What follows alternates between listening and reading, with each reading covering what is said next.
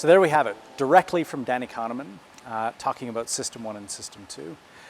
Now, I think it's important to remember kind of the point of this episode, and we're looking at the difference between System 1 and System 2, and he makes that distinction clear, I think, when he was talking about some of the early work that he did with Jackson Beatty on, in the 60s actually, on pupil dilation. Now, he just mentioned it briefly, but what he was actually measuring.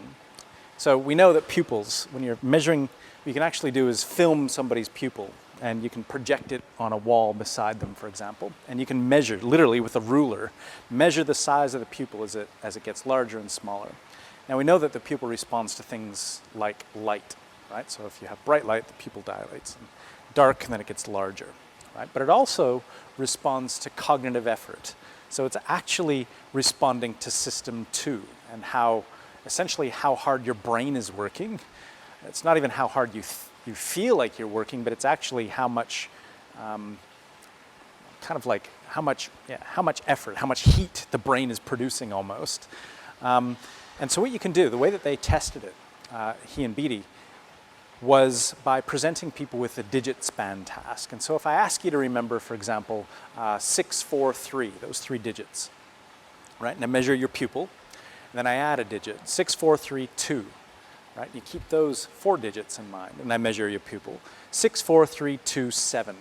Right? We can keep doing this and adding digits, and as you try to remember the digit span, as you keep adding more and more digits, your pupil just keeps getting larger and larger, right?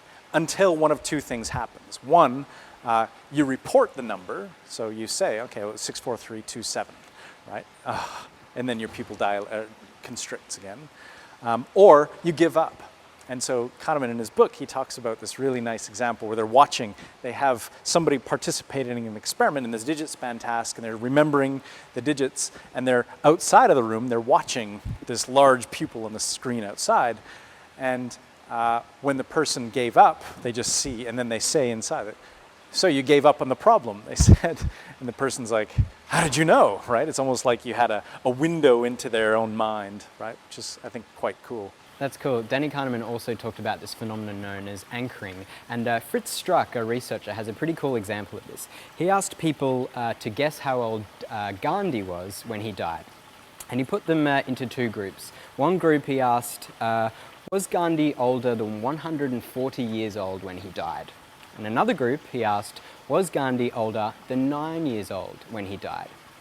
And these people responded, so they were guessing how old Gandhi was when he died.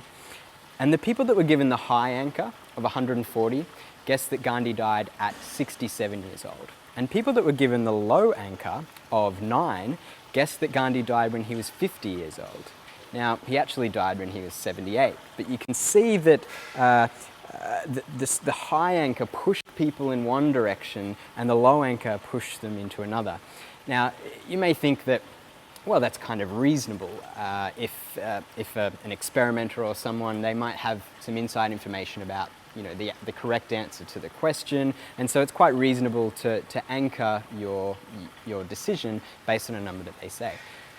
But it can't be working like that, because there's another great example by Dan Ariely, and he asked people to bid on bottles of wine and chocolate. And before the experiment, he asked participants to write down their social security number, just the last 2 digits. And then he split them into 2 groups. If their social security number was higher than 50, they go into this group, lower than 50, another group. And then he asked them, how much would you bid on these things, on these bottles of wine and this chocolate?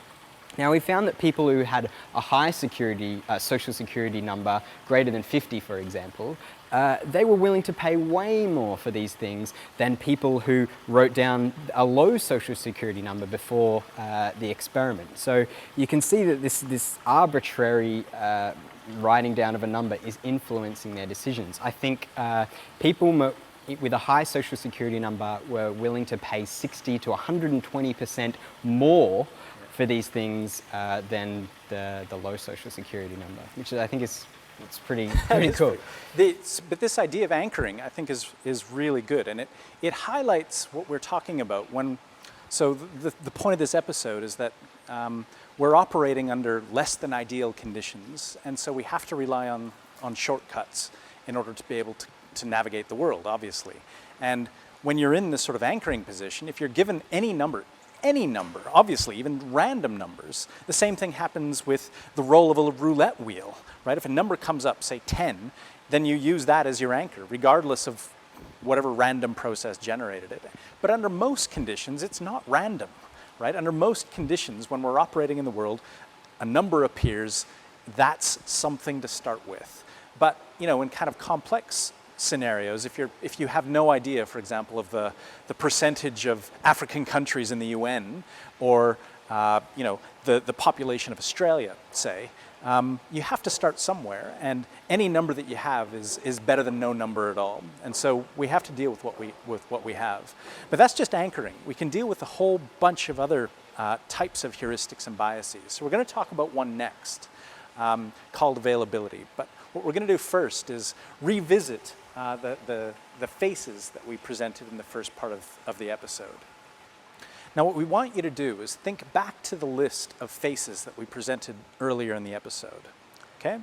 So don't watch the video again, just think back to that list that we presented.